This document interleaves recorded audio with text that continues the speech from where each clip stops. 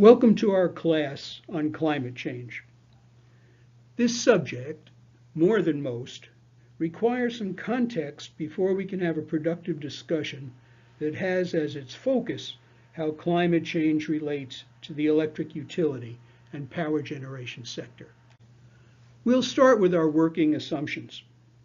One, there's a trend of increasing average temperatures on a worldwide basis, which is captured by the phrases global warming and climate change. And that trend is in large part attributable to human activities, primarily greenhouse gas emissions, and here read CO2 emissions, from the combustion of fossil fuels. Two, there's a need to moderate greenhouse gas emissions and the related concentration of atmospheric CO2 to prevent a worldwide temperature increase of more than 2 degrees Celsius above pre-industrial levels, and the likely catastrophic consequences of such an increase. And three, any overall strategy to moderate the increase in the atmospheric concentration of CO2 must look hard at the power sector, because power supply and delivery constitute a significant source of CO2 emissions. Taking the US as an example, power supply and delivery currently account for roughly a third of total US greenhouse gas emissions. So just considering emission shares, there is a rational basis to identify the electric utility and power gen sector as a target of opportunity for reducing CO2. There are other reasons, by the way, for taking a hard look at the electric utility and power gen sector. From a more pragmatic perspective, recall the electric utility and power gen sector is highly regulated, so strategies can be efficiently implemented with some confidence that they will succeed. The scale and certainty of large-scale renewable projects are also factors that are helpful. More specifically regarding context, I think it's important for all of us to appreciate, and I really mean take to heart, that it's close to an overwhelming challenge to significantly change current worldwide trends in fossil fuel combustion, not to mention the disturbing trend in deforestation. There is surely no guarantee that this story will have a sustained, happy trend line over time. From this uncertainty comes an important pair of terms that in effect are two separate buckets for policy options. Those terms are mitigation and adaptation. Mitigation strategies are those that reduce CO2 emissions directly or indirectly. Adaptation strategies are those that prepare us for the adverse consequences of climate change that could well occur over the coming decades, even if the mitigation trend line is positive. Adaptation is really a pragmatic course of action based on the recognition that over the next 20 years plus, climate change and its consequences will likely worsen, even if countries like China made good on implementing policies that result in greenhouse gas emissions peaking by about 2030, and other countries like the US and the EU make good on their commitments to continue their present paths of reducing emissions. In any event, a dose of pessimism or prudence would likely be the basis of allocating a healthy proportion of available resources to the adaptation side of the ledger. Continuing the discussion of context, given the worldwide scale of the problem, how's the world doing in addressing the problem? Here are just a few observations. In early December of 2015, under UNS auspices, 195 countries or so met in Paris and committed to limit global warming to, quote, well below 2 degrees C, 1.5 degrees C if possible. Many announced national goals as to when their greenhouse gas emissions would peak, acknowledging among themselves that developing countries will take longer to reach a peak emissions point. There was a general acknowledgement that to limit warming to below 2C would require net zero carbon emissions by mid-century, basically a balance between sources and sinks for CO2. There were national pledges describing domestic mitigation strategies to meet the reduction targets that are to become binding starting in 2020. These pledges came from countries accounting for 90% of global greenhouse gas emissions. There was as well an agreement to come back together in 2020 to take stock, and likely presenting the occasion of pledging deeper cuts. There was an expression of interest, though not binding commitments, that money would move from developed countries to developing countries to facilitate a transition to non-carbon sources of energy. And perhaps most important, plans were anticipated to monitor progress, verify emission reductions, encourage data transparency, and encourage disclosure.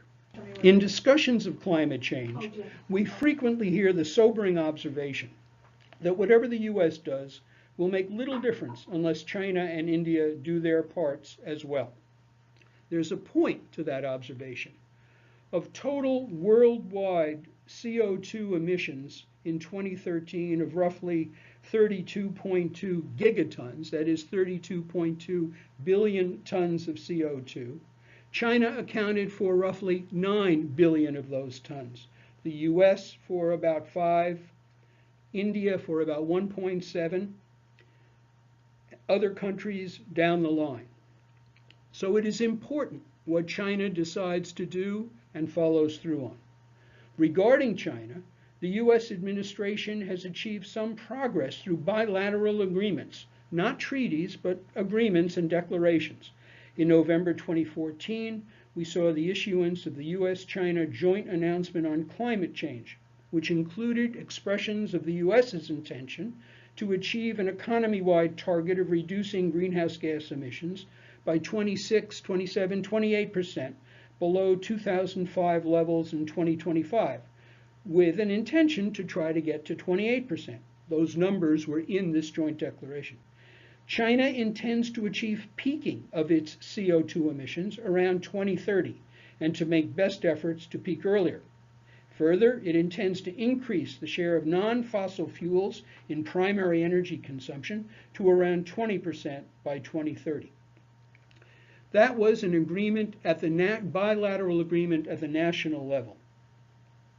In September 2015, a US-China Climate Smart Low Carbon Cities Summit brought together US states and cities on the one hand and Chinese provinces and cities on the other, and produced a joint statement with a lot of goals and ambitions broken down by each local government signatory. Interestingly, the Chinese parties committed to reaching CO2 peak emissions 5 to 10 years sooner than the national government. These Chinese parties represented about 25% of China's urban total emissions. On the other hand, India has not been as forthcoming.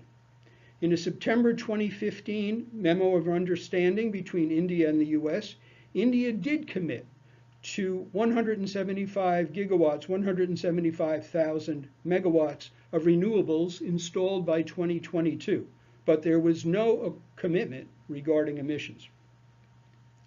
Finally, insofar as agreements are concerned, an agreement to watch is one being entered into by sub-national political entities, provinces, states, cities throughout the world, not at all limited to the US and China. It's commonly known as the Under 2 MOU, the 2 referring to the 2 degrees Celsius limit. This subnational global climate change leadership memorandum of understanding it's clear that it is neither a treaty nor a contract, but it does express commitments of many local political leaders and a consciousness that global warming is a problem that needs to be addressed. Taking a step back, my hesitation with pretty much all of what I just described is this. Talk is easy, particularly from politicians, and in the case of the Paris Agreement, particularly talk that kicks the can down the road 4 or 5 years. And underlying my sense of skepticism is the fact that action to reduce emissions in many instances will be very costly, and the benefit-cost ratios for unsubsidized major actions worldwide may well continue to look discouraging if the price of natural gas, and oil and coal for that matter, stay relatively low, and the cost reduction curves of alternate technologies, which have, in truth, been going down sharply in recent years, level off. That's not to say that all of these agreements and declarations and commitments are not worth the websites they appear on. At the very least, it is good that political leaders worldwide are focusing on the problem. Turning away from government actors, there is an actor on the stage that mostly shies from declarations and seems rather to focus on action, both political action, and by that I mean lobbying, and action as a major consumer of energy, particularly electricity. I'm talking about the corporate sector, and I'm not referring to business interests with obvious stakes. That is, for example, the fuel extraction industries on the one hand, or the sellers of renewable hardware on the other. It is already the case that major property insurers, for example, are pressing for more aggressive mitigation strategies and are pricing their products with that in mind. Technology companies see a market in goods and services that are consistent with mitigation. Look at the valuation given Nest, for example, when it was recently acquired by Google. Google and other major corporations are signing long-term power purchase agreements with renewable developers, which in turn enable large projects to be financed and built. Interestingly, these agreements fall substantially outside the regulatory environment. The scale of these efforts is modest, given the magnitude of the problem, but as I understand it, the trend lines are showing a steep upward curve. Finally, enough talk. As far as emissions are concerned, how we've been doing. In 2013, global carbon dioxide emissions reached, as I said before, 32.2 gigatons, an increase of 2.2% over 2012 levels. This is according to the International Energy Agency. A slower growth rate, however, that 2.2% was a slower growth rate than the average of 2.5% that we had seen since the year 2000. The increase from 2012 to 2013 was driven primarily by increased coal consumption in certain countries, including China and India. Indeed, emissions were flat for so-called Annex I countries, those that had signed on to the 1992 UN Framework Convention for Climate Change, which included the US and the EU and many other countries. Worldwide, the trend of increasing CO2 emissions may have moderated over 2014-2015, in part due to a moderation of economic activity in China. But it's hard to be confident in the data as a general proposition. And I cite for the basis for that hesitation a November New York Times article which reported that China had recently adjusted its coal consumption data, reported since 2000, by increasing it 17%. That is to say, coal consumption, according to the new Chinese data, was year to year 17% higher than had previously been reported. That translates into roughly 1 additional gigaton of CO2 per year, or somewhere between 10 to 15% increase in China's CO2 emissions, and a 2 to 3% increase in annual worldwide emissions.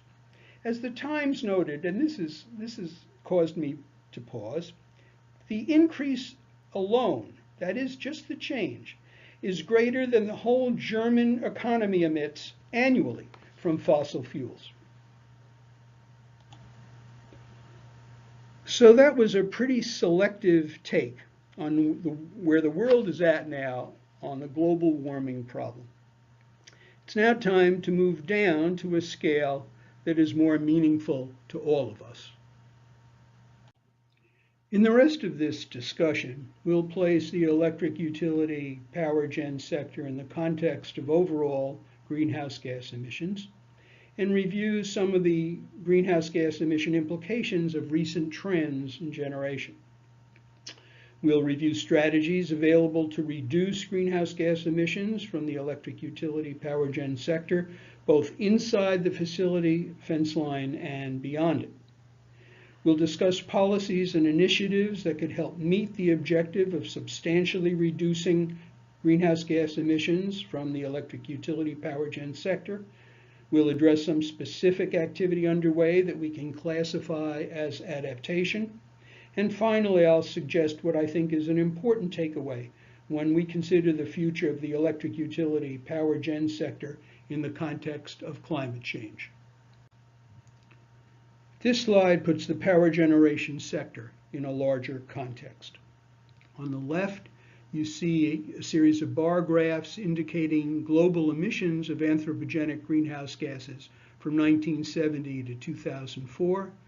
You see the constant increase during that period of carbon dioxide emissions from fossil fuel use and other sources.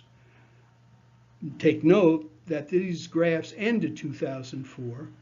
Those CO2 emissions from fossil fuel use increase between 2004 and the present day. On the right, we break down emissions by sector for the US on the far right and for New York in the middle on those pie charts.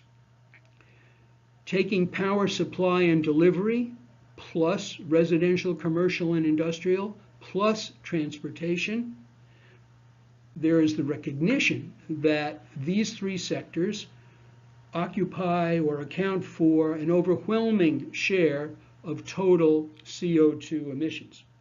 There are differences between New York emissions and US emissions as a whole that are fairly interesting to note. Our power supply and delivery fraction for New York is lower than for the country as a whole, to some large degree because we use relatively little fuel, little coal. We have a healthy percentage of hydroelectric resources, and we have shifted by and large, even as of then, 2008, to natural gas. Transportation accounts for more in the New York context than in the US context, as does residential, commercial, and industrial. We have to realize, taking a step back, that New York is a very low per capita emitter of CO2. Taking a brief look at power sector trends in relation to greenhouse gas emissions, I think the big story, as we pretty much all know, are the low natural gas prices that we've seen for the last 4 or 5 years. The trend or forecast is that those low gas prices will continue. And in large part as a result of that, there has been a substantial growth in natural gas-fired capacity.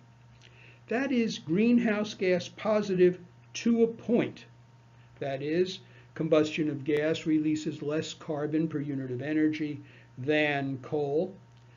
But on the other hand, there is methane leakage as an offsetting problem for gas combustion and gas transportation. Generally, natural gas is considered a bridge fuel.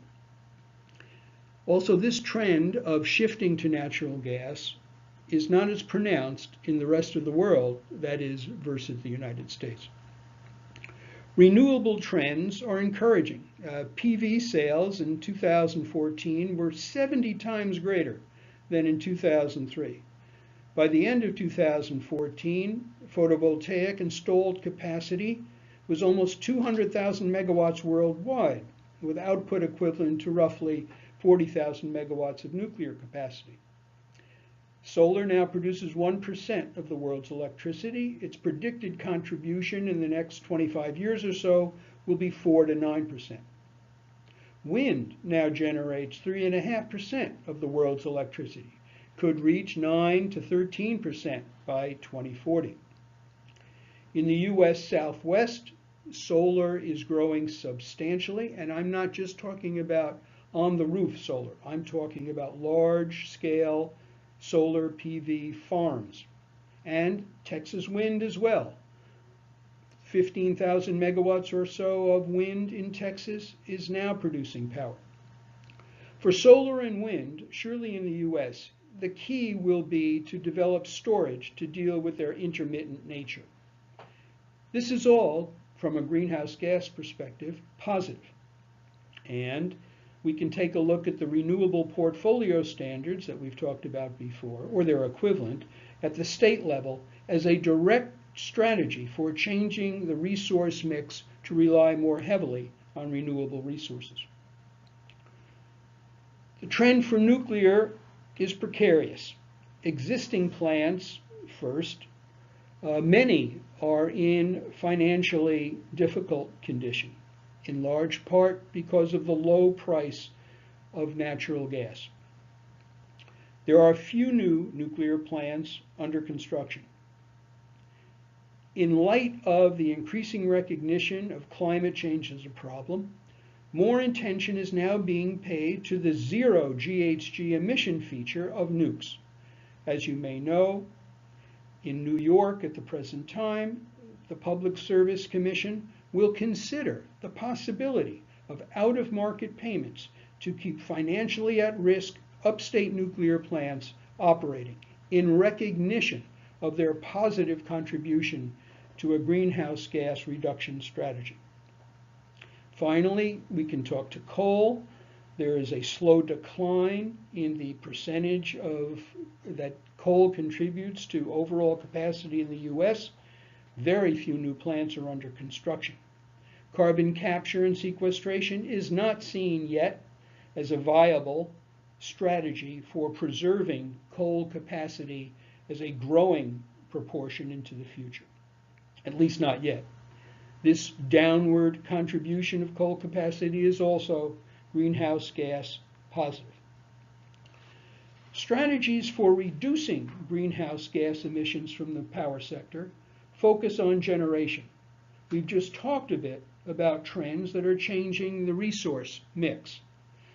But what are mitigating strategies available at the point of emissions for existing plants, that is, inside the fence?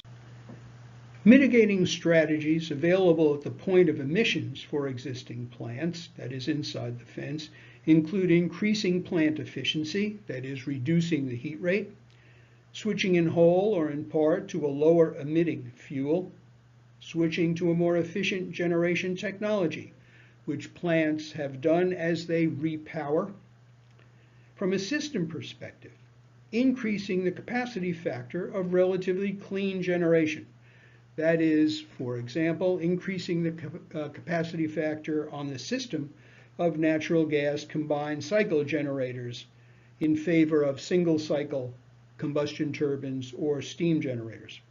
Finally, there is the prospect of carbon capture and sequestration, either partial or total, to be applied to a facility as a mitigating strategy. And finally, load shifting or peak reduction, insofar as it could reduce use of less efficient, higher GHG emitters, may be a system-wide mitigation strategy. Mitigation strategies beyond the fence are even more straightforward. There are essentially two. Efficiency, the less you need, the less you generate, and the less you generate, all other things equal, the less CO2 will be emitted. And finally, distributed generation, behind the meter generation, that is. With respect to behind the meter generation, as a mitigation strategy, that generation had better be renewable. We'll talk about policies and initiatives that could be effective means to meet the objective of substantially reducing greenhouse gas emissions from the electric utility and power gen in a second. But before we get into that, I want to circle back to an observation from our first class, and that is the importance of setting goals. In the case of climate change, numerical goals are not arbitrary. They're based on technical calculations working back from the ultimate objective of preventing that 2 degrees C temperature rise that we talked about earlier. In a way, the calculations and the objectives are similar to the way primary national ambient air quality standards were set. Those are based on ambient concentrations of so-called criteria pollutants known to cause adverse health effects, with reasonable margins of safety built in below those known levels of harm. Worldwide, as far as strategies for reducing greenhouse gas emissions, the most common target is 80 by 50. That is, a reduction of greenhouse gas emissions or CO2 emissions of 80% from 1990 levels by the year 2050. That target is for all GHG emissions, actually not just emissions from the power sector. We talked about the recent Paris Agreement earlier that talked to that goal. In the United States, so far there are two targets, the first of which has a secondary effect or co-benefit of reducing greenhouse gas emissions. CAFE standards for cars and light trucks, which were initially established to reduce reliance on imported oil, will have a substantial co-benefit of reducing greenhouse gas emissions as well. Those standards are in place.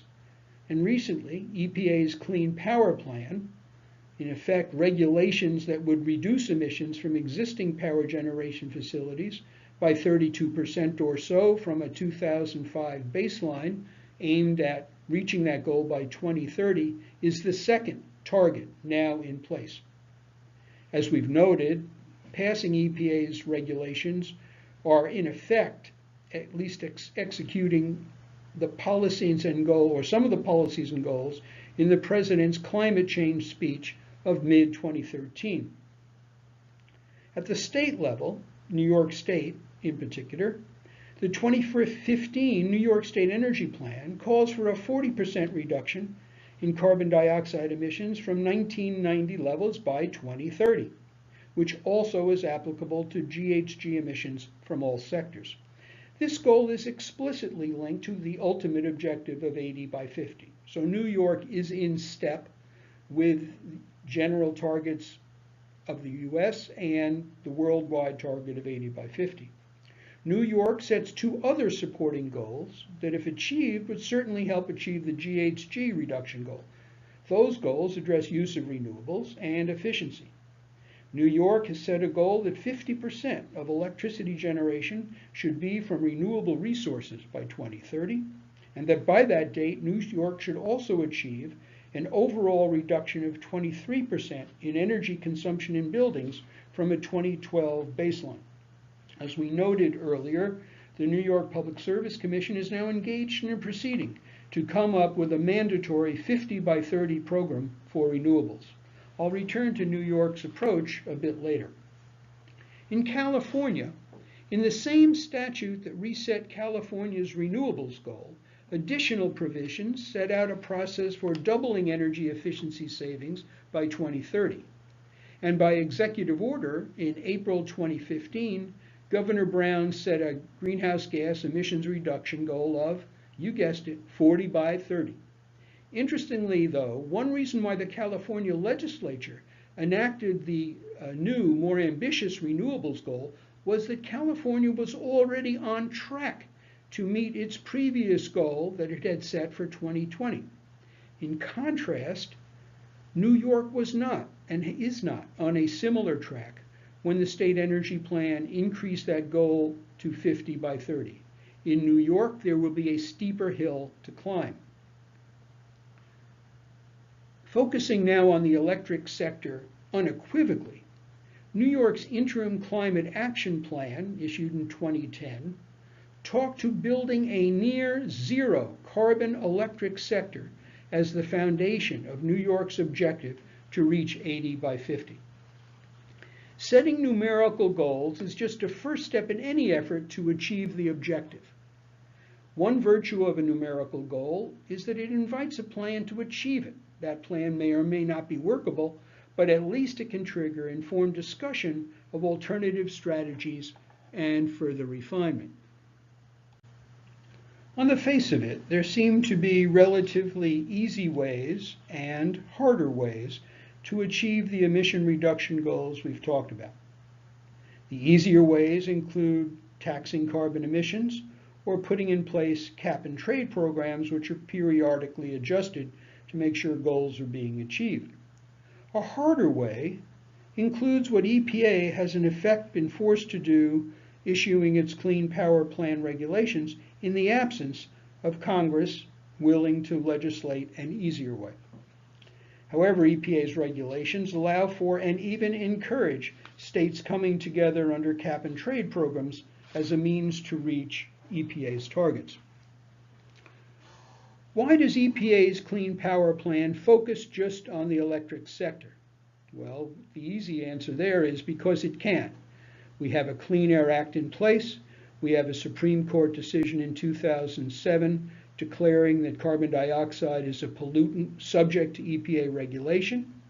EPA can regulate point sources of pollutants, and Section 111D of the Clean Air Act sets up an interesting framework within which EPA has purported to act or has acted in issuing its Clean Power Plan. That plan works to a large degree from the ground up. It sets reduction goals for the power sector for each state, with interim goals starting in 2022 and the ultimate goals to be achieved by 2030. The goals for each state are expressed in two ways, and the state has its choice as to what kind of goal it will seek to satisfy. An emission rate goal expressed in tons per megawatt hour, applicable to all covered fossil fuel generating facilities, and a mass-based goal expressed in tons per year, applicable to the power sector or applicable facilities as a whole. All goals are calculated based on a 2012 emissions baseline. States are required to submit plans to EPA describing the concrete steps they will take to meet the interim and final goals. And if a state does not submit a plan, EPA will impose one.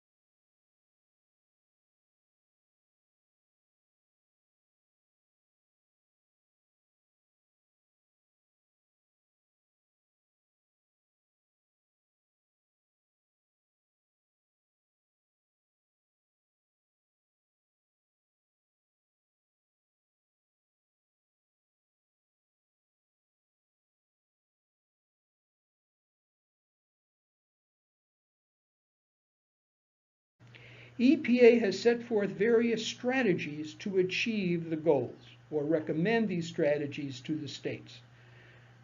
For example, states that can will substantially increase the use of natural gas combined cycle generation. States will generally increase the use of large-scale renewables, aggressively pursue efficiency, and hold on, if they can, to as much existing nuclear generation as possible. As we know from just a few minutes ago, a number of nuclear facilities are currently in financial distress. That goes to existing nukes. There's the prospect of encouraging the construction of new nuclear facilities as well. A practical result of meeting the goals set by EPA will be a substantial reduction in the nationwide use of coal-fired capacity. The EPA Clean Power Plan will result in a fundamental change in the future mix of generation technologies. States, however, are also encouraged, as you could determine from the list of strategy categories I gave you a bit ago, states are also encouraged to look outside the fence to energy efficiency, to distributed generation that is lower emitting. Reducing projected consumption will also reduce greenhouse gas emissions, and EPA recognizes efficiency as a key compliance strategy. Until this point, we've been discussing aspects of mitigation. We'll now turn to the other key term mentioned at the beginning of the class, adaptation. On October 29, 2012, Superstorm Sandy hit the greater New York metro area with a 14-foot storm surge and 80 plus mile per hour wind gusts. The year before, Hurricane Irene had hit, and its impacts were not limited to the greater metropolitan area, caused devastating flooding in many areas of New York. Whatever else can be said about Irene and Sandy, these two storms, particularly Sandy, had the effect of pushing to the side the debate on whether climate change was already impacting New York. The immediacy of the real-world impacts of two 100-year storms in consecutive years refocused the public discussion. Adaptation took center stage. Adaptation to extreme weather events, whether or not in some way causally related to climate change. You may have heard of New York City's developing so-called Big U project, made up of a number of different elements that would together create 10 miles of protection around Lower Manhattan that was catapulted forward after Sandy. Of more interest to us is what Con Edison has been doing since Sandy. It is underway in a 4-year, $1 billion capital program intended to harden its system to withstand flooding and to put in place hardware and systems to isolate and limit impacts of future catastrophic events like Sandy, with a particular emphasis on its coastal networks. Hardening includes higher, stronger walls, moving critical equipment, relocating critical equipment to higher elevations, installation of submersible transformers, installation and strengthening of seals and gates, to just name a few of Con Edison's hardening strategies. In our first class, you may have seen the brief but dramatic home video of Con Edison's East 13th Street substation catching fire and leaving the system that night, triggering a major blackout in southern Manhattan. You may not be surprised to learn that the East 13th Street substation has already received a lot of follow-up attention. Separately, installation of smart new switching, some never before tried on such a large scale, and greater reliance on fiber optic communications networks instead of copper wire, and re-engineered network operations will all contribute to enabling Con Edison to isolate impacts and restore service more quickly to impacted customers. That's, earlier, what we termed resilience. Perhaps just as significant, Con Edison is applying design standards that go beyond current FEMA flood maps, which do not account for predicted increases in sea level. Along with other states and municipalities along the eastern seaboard, the Long Island Power Authority is engaged in its own major storm hardening capital program, as are other utilities along the coast. Now turning to what I think is an important takeaway. For the electric utility power gen sector, I see it as essentially good news insofar as climate change is concerned, and I think there is an element of inevitability to it for good measure. I see two related overarching mitigation policy trends becoming clearer over time. The first requires cleaning up the power generation sector. That requires a shift to large-scale renewables, utility-scale storage, and a zero-emission baseload technology. Right now, nuclear, perhaps in the future, a next-generation nuclear technology. It also means phasing out coal, and more significantly, a very large portion of gas-fired central station generation will also be phased out. This first policy trend includes as well redeveloping our transmission and distribution systems to enable our transmission system to accommodate and maximize utilization of large-scale renewables, and to enable our distribution system to both integrate fully with a beefed-up transmission system and to accommodate distributed generation, small-scale storage, and more dynamic load strategies. The second overarching mitigation policy requires a very deliberate effort to increase electrification of our transportation sector and building space conditioning, heating as well as cooling, and other building uses, including domestic hot water and cooking. You'll recall from the pie chart shown earlier, transportation and building use, along with power supply and delivery, constitute the overwhelming portion of fossil fuel greenhouse gas emissions, CO2 emissions. So an increase in electrification, taking away from both the transportation sector and the building sector direct use of fossil fuels, is part of this second overarching mitigation strategy. We see elements under each of these overarching policies being implemented, at least in the US, but what we haven't seen yet is the discussion that puts them in this broader context that I've just sketched. In future classes, when we discuss new thoughts regarding utility business models and regulatory approaches, it may be interesting to ask how these new ideas would support or work against moving toward increasing electrification as an important strategy to address climate change. That concludes this class.